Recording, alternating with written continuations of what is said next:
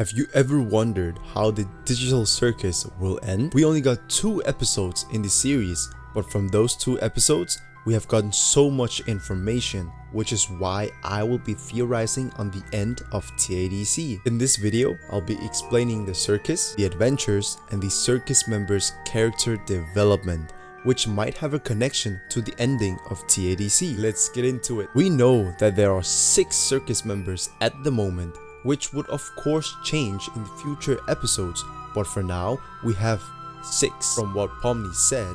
What's going on? I put on some weird headset and now I'm here. We presumably know that all of them got transported into the circus when they put their headset on because of something that we haven't got confirmation on yet. But what is the circus? Well, it's essentially a cartoonish circus that has no escape. The one who plans stuff is Kane, who's an AI, and I've actually made a theory about Kane and potentially outside intervention in my recent video. So go check it out after finishing this one, because you might get a better insight to what Kane really is. But as I said, the circus doesn't have an exit. But in the first episode, we see Kane teasing Pomni with an exit, which is kind of evil since she literally just arrived and is really confused. But is there more to the circus than that? For now, we know that there are 6 members. Kane, who runs the circus, and if we do count the abstracted characters, then we have 10 more people. If you didn't pay much attention in episode 1, then we actually got to see presumably all of the abstracted characters in the dorm room hall when Pomni, Ragatha, and Jax were walking towards Kaufmo's room. But what are abstracted characters? Well, we don't exactly know. It could be circus members that went crazy,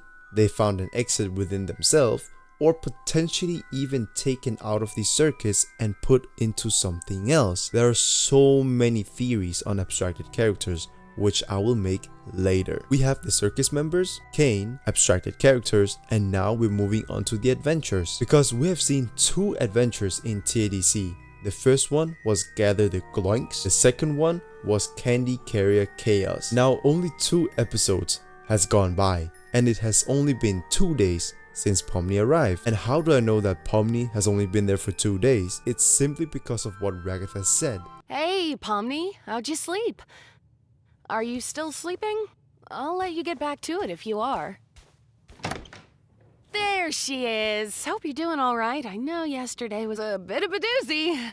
I can easily theorize from her talk that the circus members complete an adventure every single day. And another scene that also confirms my theory is when Kane says that the next adventure should be something easy for Pomni, since she just arrived. We should have a brand new adventure for our new member, Pomni! We're gonna make it a simple, in-house adventure to warm you up to how things work around here. What? I don't want an in-house adventure. Don't worry, Zubul. I'll make it something unobtrusive that you can still choose to not get involved with. Today's adventure is... Gather the Gloinks! But why is it that the circus members have to complete adventures every single day? It's because so they don't go insane and abstract, just like how we saw with Kaufmo and the others in the cellar room. They're just something fun to do to, prevent us from going insane. The first one was Gather the Gloinks. It was pretty much straight to the point. They needed to rescue Zubul because she was taken by the Gloinks down to the Gloink Queen. And you have definitely played video games where the first boss was really easy. And this first adventure was actually a piece of cake because Kaufmo beat up the Gloink Queen so bad that she even began to glitch. So not really much of a challenge for the circus members, other than of course Ragatha being beat up herself when Kaufmo escaped his room and wreaked chaos in the circus. Now onto the next adventure, and this one is actually quite interesting because at the start we get confirmation on that the AI in the new adventure is 57 times better than what they had in the last adventure. Zubul, wait! I'm testing out a new AI in this one. It should be 57 times more immersive. And what was the last adventure? It was Gather the Gloinks. So before actually entering the adventure, we know that Kane, who's an AI, constantly searches for ways so that the new adventures can be improved on and be more entertaining and potentially even harder. But it's not only about the goal of the adventure, but also about the interactions between humans and NPCs, which is why Kane said that the adventure is 57 times better than the last one. But let's get a bit more into the second adventure. When the circus members got pushed into the adventure, we can see the whole land is covered in candy, hence the name Candy Canyon Kingdom, and they were on a carrier being transported by a gummy elephant to the princess of the Candy Canyon Kingdom, Princess Lulilalu, and the goal of the adventure was just to catch some bandits, Gummy, Max and Chad, because they stole the magical syrup from the kingdom. We even got confirmation on that the syrup could actually heal Gummy-Goo's mother and other people in their village. Do you think your mum's gonna pull through if we get all this back to the village? I'm sure she will. This much syrup would save hundreds of people. We won't know for sure until we get back to the village. She's a fighter though. She taught me everything I know.